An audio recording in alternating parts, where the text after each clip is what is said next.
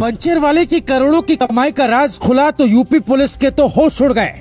वो कभी स्कूल नहीं गया, लेकिन 1 साल में ही 7 करोड़ की संपत्ति जमा कर ली।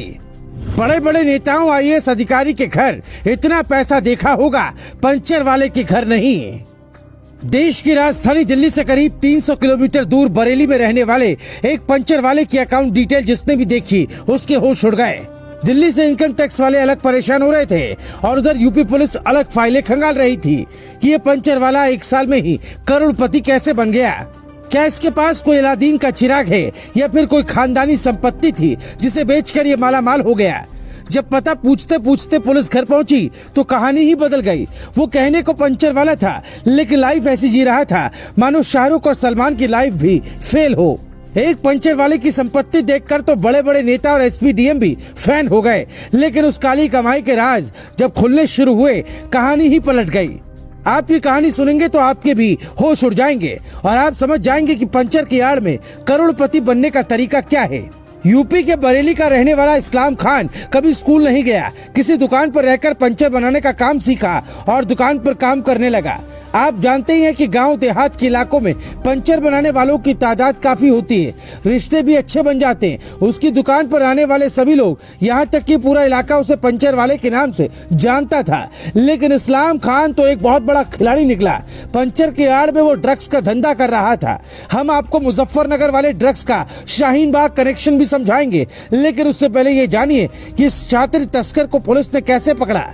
बरेली के एडिशनल एसपी राजकुमार अग्रवाल ने टाइम्स ऑफ इंडिया को बताया कि हमें पंचर वाला इस्लाम खान के नशीली दवाओं की तस्करी में शामिल होने की जानकारी मिली, जिसके बाद हमने उसकी गतिविधियों पर नजर रखनी शुरू की।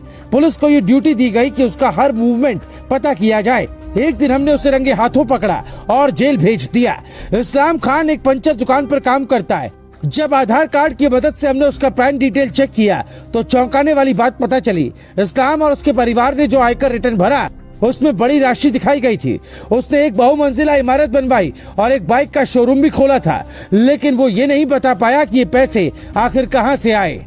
ये अकेले किसी इस्लाम खान की कहानी नहीं है, बल्कि देश में ऐसे लाखों पंचर वाले और छोटे धंधे वाले लोग होंगे जिनका असल धंधा घर वाले भी नहीं जानते होंगे।